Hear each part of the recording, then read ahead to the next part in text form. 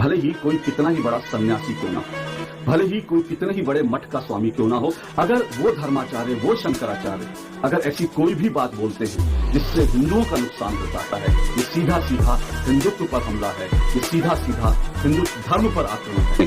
जिस तरह से कि कुतर्क देते हुए ये प्रमाणित करने की, ये साबित करने की कोशिश की मंदिर की प्राण प्रतिष्ठा का जो कार्यक्रम है ये हिंदू धर्म शास्त्रों के विरुद्ध है। जिस वक्त उन्होंने इस तरह की बातें करनी शुरू की थी उसी वक्त मुझे उनकी नीति और नीयत को लेकर के शक हो गया था। वो तो शंकराचार्य होकर अंबानी जी के बेटे की शादी में पहुंचे। सोचिए, शंकराचार्य हैं और एक उद्योगपति के बेटे की शादी में पहुंच गए पूरे अपने लाव लश्कर के साथ। क्या शंकराचार्य को शोभा देता है? जब ये कहा गया कि हिंदुत्व जो है डेंगू है, मलेरिया है, एड्स है, इसको समूल नाश कर देना चाहिए, तब शंकराचार्य क्यों नहीं बोलते? दोस्तों नमस्कार दोस्तों, स्वागत है आप सभी का हमारे YouTube चैनल पे। दोस्तों आज के ये वीडियो बहुत ही इंटरेस्टिंग वीडियो होने वाला है, क्योंकि आज के इस वीडियो में हम सभी देखने वाले हैं न्यूज़ एंकर आलोक श्रीवास्तव को, और दूसरी तरफ हम देखने वाले हैं एक शंकराचार्य को जो कि अपने आप को एक महान संत बताते हैं। दोस्तों उन संत का एक बयान बहुत ज़्यादा वायरल हो रहा है कि जो हमारे राम मंदिर बना था अयोध्या में, उस पे उन्होंने अपना बाइकआउट किया था। उन्होंने कहा था कि जो प्राण प्रतिष्ठा हो रहा है वो हमारे धर्म में नहीं होना चाहिए दोस्तों, और वो हर बार मोदी पे ही टारगेट करते रहते हैं। तो दोस्तों आज इस वीडियो में आलोक श्रीवास्तव ने उनकी सारी बखिया उधेड़ दी है और उनका सारा सच इस वीडियो में खोल दिया है। तो दोस्तों वीडियो बहुत ही इंटरेस्टिंग होने वाला है। उम्मीद है आप सभी लोग वीडियो को पूरा से शुरू से लेके आखिरी तक देखिएगा, तभी आप लोग को पूरा वीडियो समझ में आएगा। अगर दोस्तों वीडियो आप सभी को पसंद आता है तो वीडियो को लाइक करिएगा और हमारे चैनल को सब्सक्राइब कर लीजिएगा। तो चलिए मेन डिबेट को शुरू से आखिरी तक देखते हैं और सुनते हैं। चलो भाई देखो अब मैं क्या करता हूँ। इस साल की शुरुआत में जब अयोध्या में प्रभु श्री राम के मंदिर के प्राण प्रतिष्ठा कार्यक्रम की तैयारियां चल रही थी, ठीक उसी वक्त स्वामी अविमुक्तेश्वर आनंद ने जिस तरह से तर्क या यूं कहिए कि कुतर्क देते हुए यह प्रमाणित करने की, यह साबित करने की कोशिश की कि अयोध्या में जो कुछ हो रहा है, ये जो पूरा आयोजन हो रहा है, मंदिर की प्राण प्रतिष्ठा का जो कार्यक्रम है, ये हिंदू धर्म शास्त्रों के विरुद्ध है, ये शास्त्र सम्मत नहीं है और ये जो पूरा आयोजन है ये बेकार का आयोजन है, ये गलत हो रहा है, ऐसा नहीं होना चाहिए। जिस वक्त उन्होंने इस तरह की बातें करनी शुरू की थी उसी वक्त मुझे उनकी नीति और नीयत को लेकर के शक हो गया था। उसी वक्त मैंने उनका विरोध करना शुरू किया था और मैंने खुल करके स्वामी अविमुक्तेश्वर आनंद का विरोध किया था। कुछ लोगों ने उसको लेकर के मुझे अपशब्द भी कहे, मुझे गालियां भी दी और कहा कि मैं किस तरह से ये शंकराचार्य का विरोध कर सकता हूं। इस तरह से लोगों ने मुझे सोशल मीडिया पर खूब जी भर के गाली दी, लेकिन मुझे उससे कोई फर्क नहीं पड़ा, क्योंकि मुझे लगता है कि भले ही कोई कितना ही बड़ा सन्यासी क्यों ना हो, भले ही कोई कितने ही बड़े मठ का स्वामी क्यों ना हो, भले ही कोई कितना बड़ा धर्माचार्य हो, या फिर भले ही वो शंकराचार्य हो, अगर वो धर्माचार्य, वो शंकराचार्य अगर ऐसी कोई भी बात बोलते हैं जिससे हिंदुओं का नुकसान होता है, जिससे हिंदू कमजोर होते हैं, तो फिर मुझे लगता है ये सीधा सीधा हिंदुत्व पर हमला है, ये सीधा सीधा हिंदू धर्म पर आक्रमण है। इसलिए मुझे लगता है कि जो ऐसा करे, चाहे वो धर्माचार्य हो, शंकराचार्य हो, अगर वो कुछ भी ऐसा कर रहे हैं जिससे हिंदू कमजोर हो रहा है, तो मैं मानता हूं ये धर्म को कमजोर करने की एक साजिश है और उसके खिलाफ मुखर होकर बोलना ये मुझे मेरा धर्म सिखाता है, मुझे मेरा हिंदू धर्म सिखाता है। ये बड़ी अच्छी बात कही आप। क्योंकि देखिए ना कि जिस तरह से अगर मैं कहूं कि बहुत सारे लोग आजकल ये कहते हैं कि हिंदू खतरे में कैसे है, हिंदू खतरे में कैसे है, पॉलिटिकल पार्टियों के बयान में छोड़ देता हूं। तो इस बात को समझिए कि जहां हिंदू खत्म होता है वहां धर्म भी खत्म हो जाता है। आप पूछेंगे कैसे, हिंदू के खत्म होने का मतलब धर्म के खत्म होने से कैसे, तो मैं आपको दो उदाहरण देता हूं। एक उदाहरण पाकिस्तान का है। जब बंटवारा हुआ तो पाकिस्तान में हिंदू बड़ी तादाद में थे, लेकिन धीरे धीरे हिंदू वहां से सिकुड़ते गए, उनका या तो धर्मांतरण हो गया या उनको मार दिया गया, या वो पलायन के लिए मजबूर हो गए।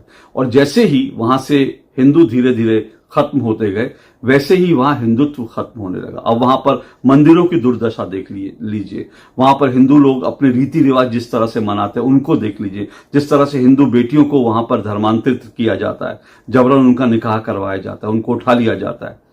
तो धीरे धीरे हिंदुत्व वहां खत्म हो रहा है। जब हिंदू ही नहीं बचेंगे तो हिंदुत्व कैसे बचेगा। दूसरा उदाहरण कश्मीर का है। कश्मीर में देखिए, जब तक वहां पर कश्मीरी पंडित थे तब तक वहां हिंदू धर्म की पताका जो है लहराती थी। लेकिन जब वहां से कश्मीरी पंडित मार दिए गए, भगा दिए गए, पलायन करने को मजबूर हो गए, तो कश्मीर में क्या हिंदुत्व बचा था? वो ठीक है कि चोटी पर एक शंकराचार्य जी का मंदिर था, सैलानी जाते थे, लेकिन जो पूरे कश्मीर में जो हिंदू मंदिर थे वो कैसे धीरे धीरे अपवित्र कर दिए गए, कैसे तोड़ दिए गए, नष्ट कर दिए गए। वहां कोई पूजा पाठ नहीं होता था। तो जब हिंदू ही नहीं होंगे तो फिर धर्म ही कैसा बचेगा, जब हिंदू धर्म कैसे बचेगा? तो इस बात को समझिए। इसलिए मेरा सवाल यह कि जब आप हिंदुओं को नुकसान पहुंचाते हैं तो सीधा सीधा आप हिंदुत्व को नुकसान पहुंचा रहे हैं। और इसीलिए मैंने आज स्वामी अविमुक्तेश्वरानंद के खिलाफ बोलने का तय किया है, क्योंकि अब मेरा एक सीधा सा सवाल है। जिस तरह से दो घटनाएं मैंने आपको बताई, इलाहाबाद हाई कोर्ट की घुसपैठ और दूसरी तरफ धर्मांतरण को लेकर, अब ये दो बड़ी बड़ी घटनाएं हमारे सामने हैं।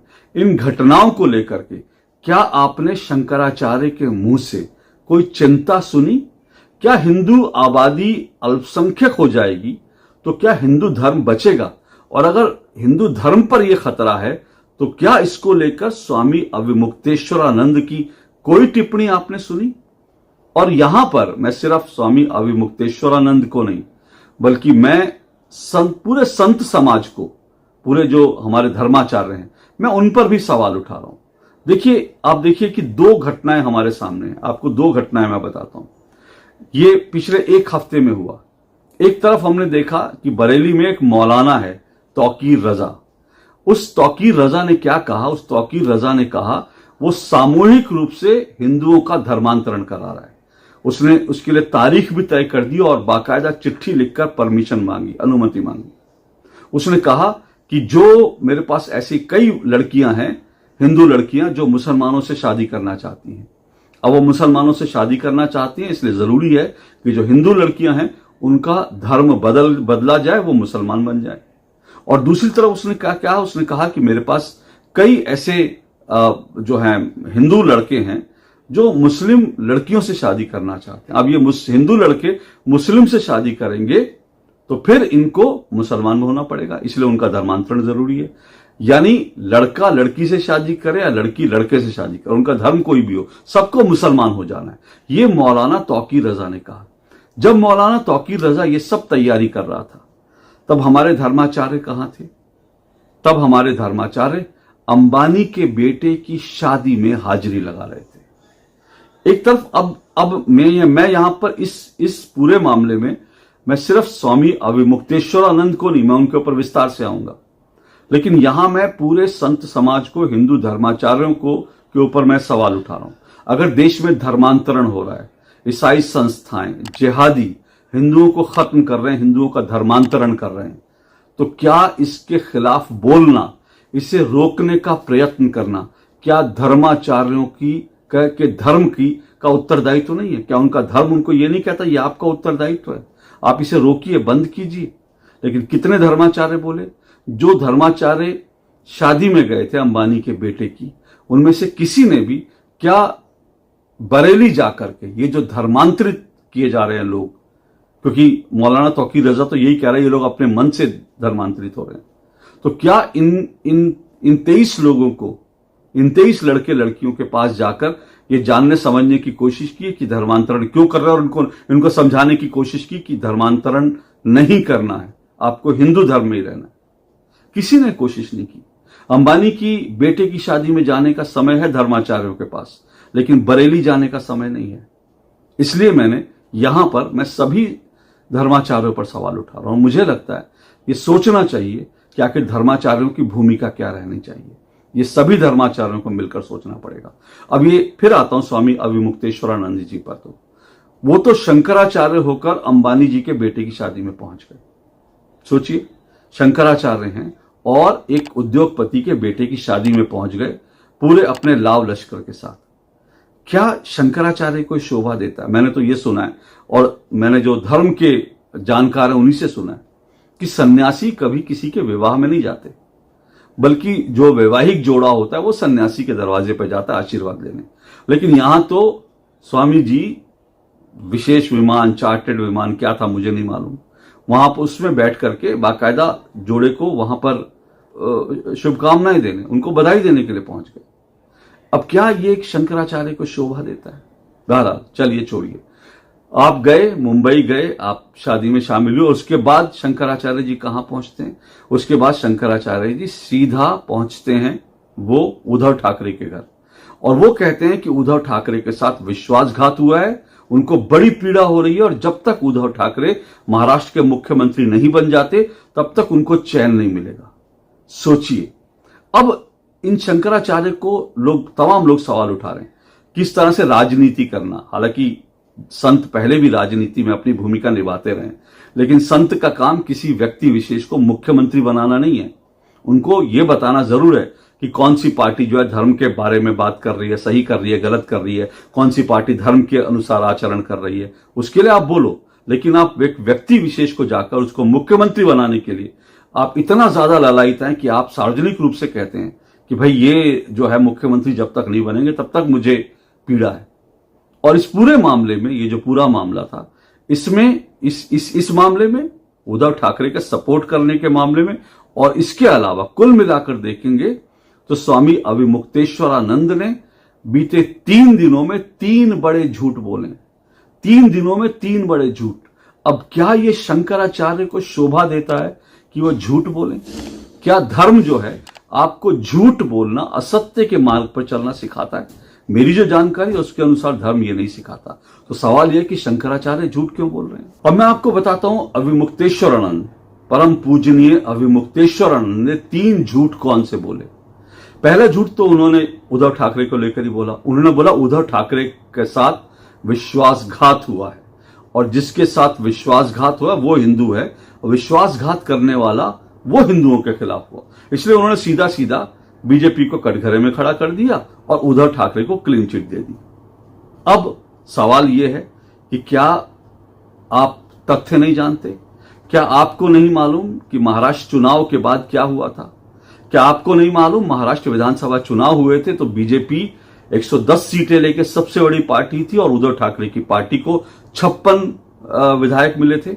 और उसके बाद मुख्यमंत्री किसका बनना चाहिए था? लेकिन मुख्यमंत्री बनने के लिए ये जो गठबंधन हुआ था शिवसेना और बीजेपी का, मुख्यमंत्री बनने के लिए इस गठबंधन को तोड़कर विश्वासघात किसने किया था?